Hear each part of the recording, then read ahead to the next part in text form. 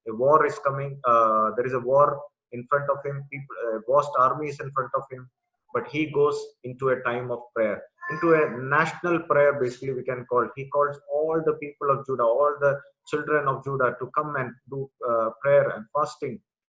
And then we see a prophecy from a very common man, Jazel, a Levite. He is doing the prophecy, and he tells the very important statement that this battle is not yours, but the battle is God's battle. And we see the preaching of King Jehoshaphat, an encouraging word that believe, and again believe on the prophets, and believe that God will enable you to stand firm. A very important message that King Jehoshaphat gives to his people before they go out to war. And finally, we see the praise of his people and the people of Judah when they go out to war, rather than holding their spears and weapons or pointing their arrows unto the armies. We see them; they are singing. They are singing, "Give thanks to the Lord; His faithful love endures forever." And we see the end result, that they won the war without even touching any of the enemies or even fighting with them, because God was with them, and it was that battle belonged to the Lord. So this is the life of King Jehoshaphat. Uh, he was a very godly person. He made mistakes in terms of his alliance with King Ahab, but we see his end was very good. He made one more mistake in the end, uh, where he does some business deal which goes really wrong, because it was again against the will of God. But overall, if we see this one incident in chapter 20, the way he handled the situation, you know, a good project manager is one who, brings all his resources, physical resources and the human resources, bringing it all together to make a good project. But here we see the King Jehoshaphat, who as a captain, or who as the leader of the people of Judah, he's not relying on his own people or his own weapons, or the army that he had. He's relying only on the God in heaven, from whom the help came in the end, and he had that complete faith in God. May God's name be glorified through this word. Ashish, would you like to give some memory verse for the people? Yeah.